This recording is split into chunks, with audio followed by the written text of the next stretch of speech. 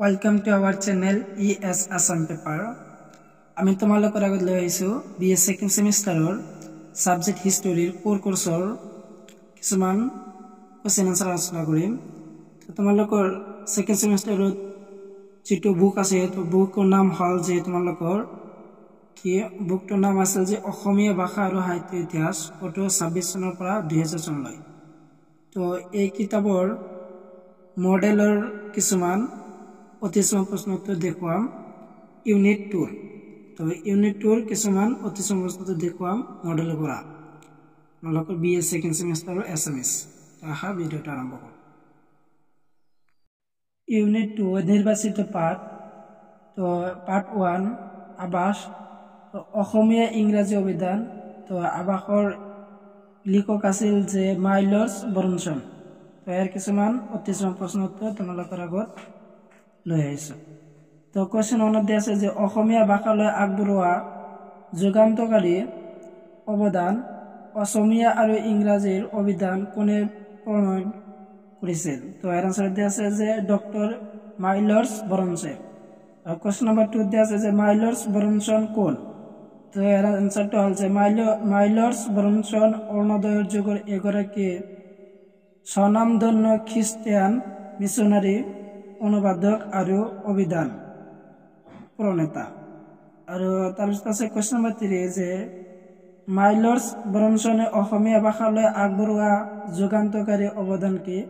তাৰপিছত আছে যে অসমীয়া আৰু ইংৰাজী অভিধান। আৰু কোৱেশ্চন নম্বৰ 4 আছে মাইলৰ্ছ বৰনছনৰ অসমীয়া ভাষা প্ৰথম কোন অভিধান কেতিয়া ছপা হয়। তো আনসাৰ দিয়া আছে 1867 চনত ছপা কৰা হয় মাইলৰ্ছ বৰনছন অসমীয়া ভাষাৰ অভিধান।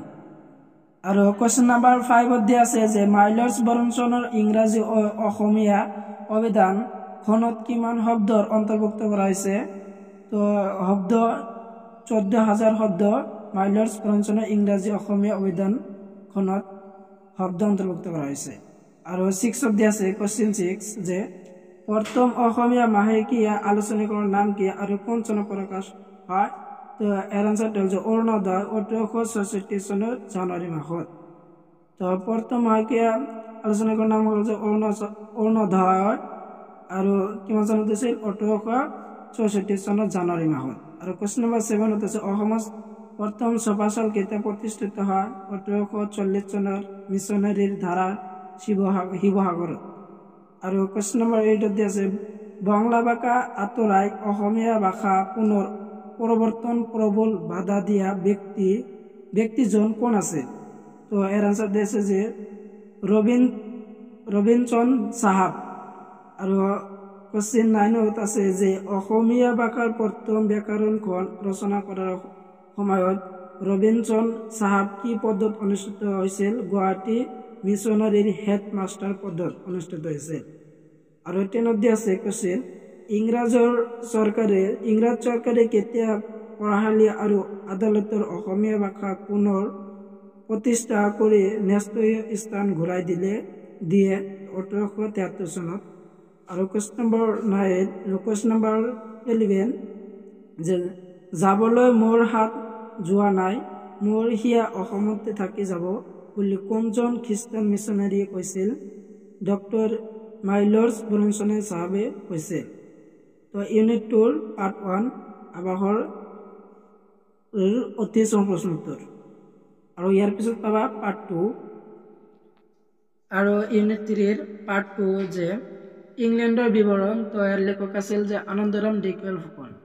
তো ইয়াৰ কিছুমান অতিসম প্ৰশ্ন আলোচনা কৰে।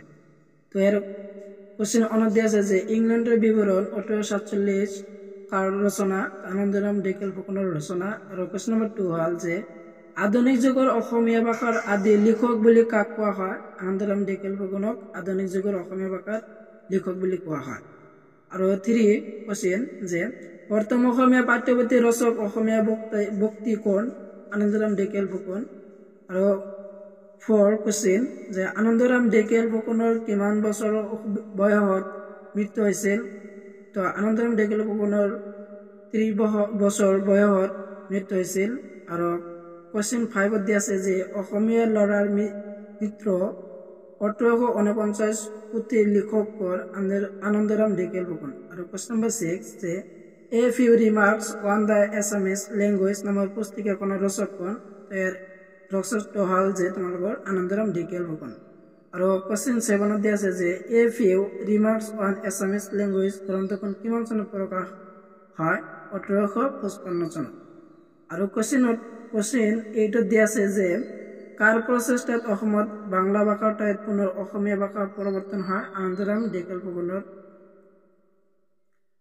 আৰু কুৱেশ্যন নম্বৰ 9 আছে যে কিমান চনত আনন্দৰাম ঢেকীয়াল ফুকনৰ মৃত্যু হয়? 1849 চনত। আনন্দৰাম ঢেকীয়াল ফুকনৰ পিতৃ কোন? হলিৰাম ঢেকীয়াল ফুকন। আৰু কুৱেশ্যন 11 দিয়া আছে যে বাংলা ভাষাত গ্ৰন্থ প্ৰণয়ন কৰা প্ৰাক অৰুণোদয় সাহিত্যগৰাকী কোন আছিল? ইয়াৰ আনসাৰ দিয়া আছে হলিৰাম ঢেকীয়াল ফুকন, আনন্দৰাম ঢেকীয়াল ফুকনৰ পিতৃ। আৰু কুৱেশ্যন নম্বৰ 12 দিয়া আছে যে অসমৰ ৰাজা ৰামমোহন ৰায় বুলি কাক কোৱা হয়? আনন্দৰাম ঢেকীয়াল ফুকনক অসমৰ ৰজা ৰামমোহন ৰায় বুলি কোৱা হয়। আৰু কুৱেশ্যন নম্বৰ 13 দিয়া আছে যে অৰুণোদয় যুগৰ দুজন অখ্ৰীষ্টিয়ান লিখকৰ নাম উল্লেখ কৰা। তো দুজন অখ্ৰীষ্টিয়ান লিখকৰ নাম উল্লেখ কৰিবলৈ কৈছে অৰুণোদয় যুগৰ। তো ইয়াৰ আনসাৰ দিছে আনন্দৰাম ঢেকীয়াল ফুকন আৰু হেমচন্দ্ৰ বৰুৱা। এই আছিল তোমালোকৰ পাৰ্ট 2 ইউনিট 2 ইংলেণ্ডৰ বিৱৰণৰ কুৱেশ্যন আনসাৰ। আৰু তাৰ আছে পাৰ্ট 3 যে অসমত স্ত্ৰী শিক্ষা। তো ইয়াৰ লিখক আছিল যে হেমচন্দ্ৰ বৰুৱা। তো ইয়াৰ কিছুমান প্ৰশ্নটো তোমালোকক দেখুৱাম। তো কুৱেশ্যন 1 দিয়া আছে যে অসমীয়া সাহিত্যৰ অজা কাক আখ্যা দিয়া হয়? তো হেমচন্দ্ৰ বৰুৱাক অসমীয়া সাহিত্যৰ অজা আখ্যা দিয়া হয়। আৰু কুৱেশ্যন 2 দিয়া আছে হেমচন্দ্ৰ বৰুৱাৰ সাহিত্যিক জীৱনৰ কীৰ্তিস্তম্ভ কি? হেমকক। হেমচন্দ্ৰ বৰুৱাৰ সাহিত্যিক জীৱনৰ কীৰ্তিস্তম্ভ হ'ল হেমকক। আৰু কুৱেশ্যন 3 যে হেমকক 1900 প্ৰকাশৰ সময়ত কোনে হেমচন্দ্ৰ বৰুৱাক সহায় কৰিছিল? তো ইয়াৰ আনসাৰ দিয়া আছে যে গৰ্ডন চাহাবে সহায় কৰিছিল। আৰু কুৱেশ্যন 4 যে হেমচন্দ্ৰ বৰুৱাই অৰুণোদয় কাকতৰ কি ছন্দ নামেৰে সাহিত্য লিখিছিল? তো ইয়াৰ আনসাৰ দিয়া আছে সোণৰ ছন্দৰ নামেৰে লিখিছিল। আৰু কুৱেশ্যন নম্বৰ 5 যে স্বাস্থ্য ৰক্ষা নিয়ম কোনে ইংৰাজীৰ পৰা অনুবাদ কৰিছিল? তো ইয়াৰ আনসাৰ দিয়া আছে হেমচন্দ্ৰ বৰুৱা। আৰু কুৱেশ্যন 6 তো হ'ল যে অসমীয়া বিবাহ পদ্ধতি গ্ৰন্থখনৰ ৰচয়িতা কোন? হেমচন্দ্ৰ বৰুৱা। আৰু কুৱেশ্যন 7 যে হেমচন্দ্ৰ বৰুৱাৰ কোন কোন গ্ৰন্থ আধুনিক কালৰ প্ৰথম পুথিৰ আকাৰত প্ৰকাশিত? নাটক 1861 চনত প্ৰকাশিত কানিয়াৰ কীৰ্তন। আৰু এইটো হ'ল কুৱেশ্যন যে অসমীয়া ভাষাৰ প্ৰথম ব্যাকৰণখন কোনে ৰচনা কৰিছিল? হেমচন্দ্ৰ বৰুৱাই অসমীয়া ভাষাৰ প্ৰথম ব্যাকৰণখন ৰচনা কৰিছিল।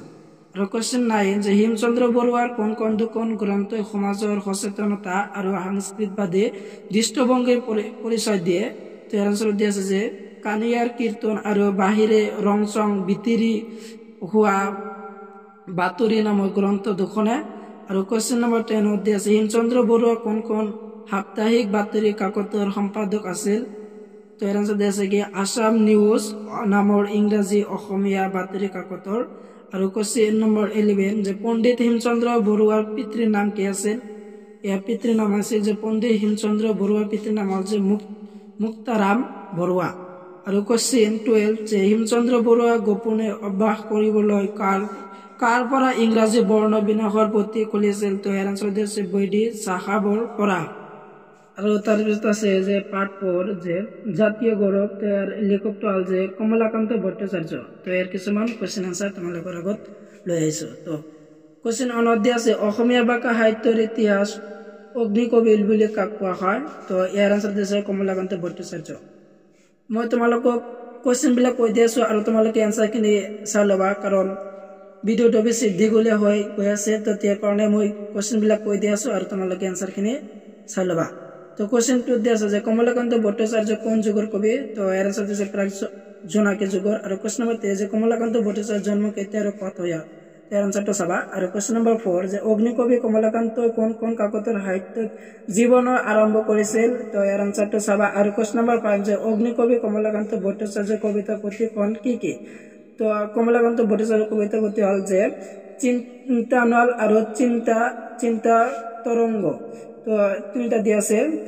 আৰু কোৱেশ্চন নম্বৰ 6 যে অগ্নিকবি কমলাকান্ত ভট্টাচাৰ্য অসম সাহিত্য সভাৰ কোন অধিৱেশনত সভাপতি কৰিছিল, এইটো চাবা এনচাৰটো। আৰু কোৱেশ্চন নম্বৰ 7 যে কমলাকান্ত ভট্টাচাৰ্য কেতিয়া পৰলোক প্ৰাপ্তি হয়, আৰু কোৱেশ্চনৰ এনচাৰটো চাবা। আৰু কোৱেশ্চন নম্বৰ 8 কমলাকান্ত ৰচিত পুথি দুখনৰ নাম কি, তো এনচাৰ দিছে চিন্তানল আৰু চিন্তা তৰংগ।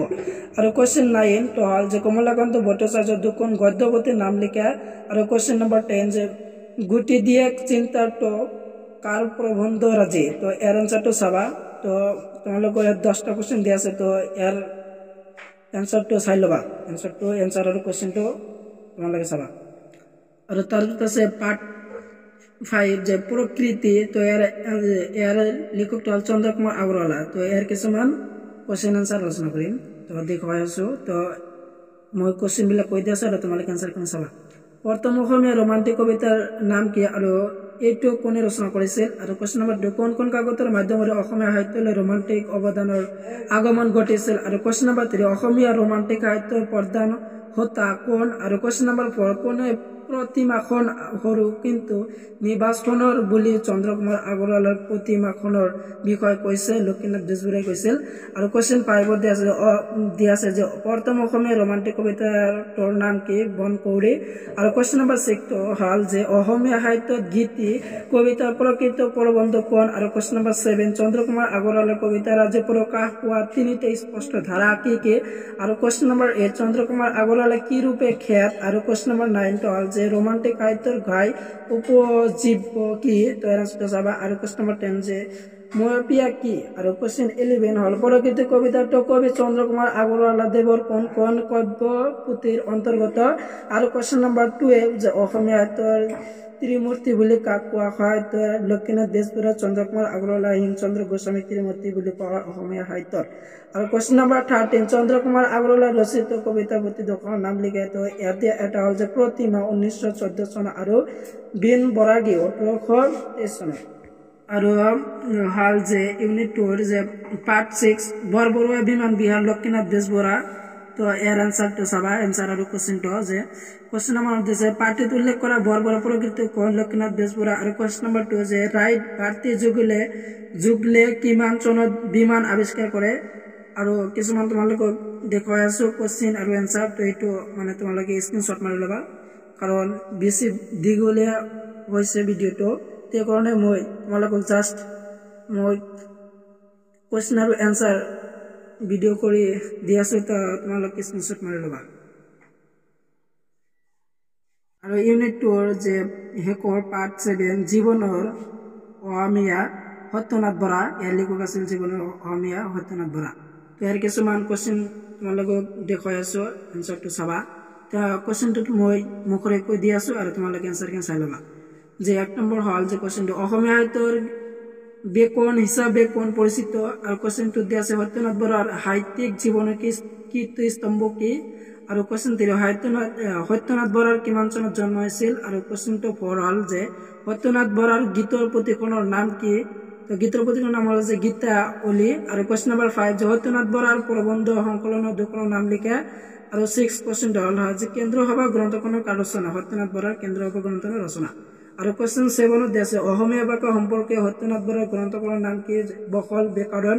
আৰু কুৱেশ্চন 8 হ'ল যে আধুনিক অসমীয়া ভাষাত প্ৰথম গীত পুথিখন কাৰ, এনচাৰটো চাবা। আৰু কুৱেশ্চন নম্বৰ 9 অসমীয়া ভাষাত কোন প্ৰথম সাহিত্য তত্ত্বৰ বিষয় সত্যনাথ বৰাৰ গ্ৰন্থখনৰ নাম কি, সাহিত্য বিচাৰ। আৰু কুৱেশ্চন নম্বৰ 10 দিয়া আছে অসমীয়া ভাষাত প্ৰথম জ্যোতিৰ্বিজ্ঞান তথা বিজ্ঞান বিষয়ক সত্যনাথ বৰাৰ গ্ৰন্থখনৰ নাম কি। আৰু কুৱেশ্চন নম্বৰ 11 যে লিখক সত্যনাথ বৰা জীৱনৰ অসমীয়া বুলি কিহক আখ্যা দিছে। আৰু কুৱেশ্চন 12 যে লিখক সত্যনাথ বৰাৰ মতে পৃথিৱীত কি কি 3 শ্ৰেণীৰ মানুহ আছে। তো সত্যনাথ বৰাৰ মতে পৃথিৱীত 3 শ্ৰেণীৰ মানুহ আছে। 1 শ্ৰেণীৰ মানুহ উত্তম, 1 শ্ৰেণীৰ মানুহ অধম, আৰু 3য় শ্ৰেণীটো হ'ল যে কৰ্তব্য বা কৰ্তব্য নবজা। আৰু কুৱেশ্চন নম্বৰ 13 যে সংসাৰৰ পশু পক্ষীসকলে নিৰানন্দ বিনাশ কৰা মহামন্ত্ৰবিদ কি, ইয়াৰ আনসাৰ দিছে কৰ্তব্য পালন। আৰু আছে কুৱেশ্চন তোমালোকৰ যে 14 লিখক সত্যনাথ বৰাই কৰ্তব্যৰ মহত্ব সম্পৰ্কে কি কৈছে, এইটো চাবা। আৰু কুৱেশ্যন নম্বৰ 15 মনুষ্যৰ দুই প্ৰকাৰ কৰ্তব্যৰ গুণ কি কি এইটো চাব এনচাৰটো আৰু কুৱেশ্যন নম্বৰ 16 যে নিৰানন্দ বিনাশকাৰী কোন মহাগুৰুৰ ওচৰত লিখকে শৰণ ল'বলৈ কৈছে তো ইয়াত তোমালোকৰ কুৱেশ্যন আৰু এনচাৰ দেখুৱাই আছোঁ তো তোমালোকে এইখিনি চাবা কাৰণ তোমালোকৰ এইবিলাক দিয়াৰ উদ্দেশ্য হ'ল যে যিবিলাকৰ মডেল নাই তেনেহ'লে সেইবিলাকে এই মডেলৰ পৰা চাই শুনা পৰীক্ষাত বহিব পাৰিব তাৰ কাৰণে মই মডেলৰ কুৱেশ্যন আৰু এনচাৰটো তোমালোকৰ আগত লৈ আহিছোঁ তো আজিৰ ভিডিঅ' এইখিনি আছিল তো তোমালোকে ভিডিঅ'টো ভালদৰে চাবা আৰু কুৱেশ্যন আনচাৰবোৰ ভালকৈ পঢ়িবা বহীত লিখি ল'বা তো ভিডিঅ' চাই থকাৰ বাবে তোমালোকক সকলোকে ধন্যবাদ